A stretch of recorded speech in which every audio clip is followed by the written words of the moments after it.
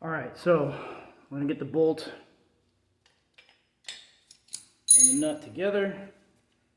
You don't want to lose this nut in the frame because then it's a bit of a hassle to get out if you don't have a magnet. My trick is that I'll add an extra nut inside the socket. That way it's not having trouble trying to get in there. So first I'll do it by hand, and then I'll use the ratchet.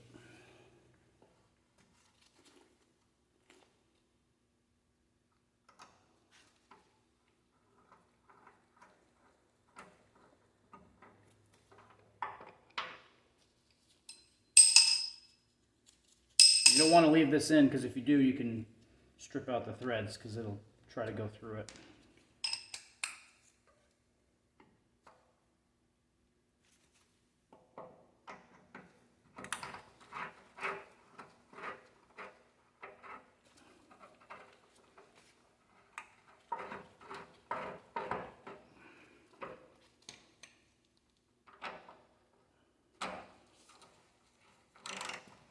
Okay.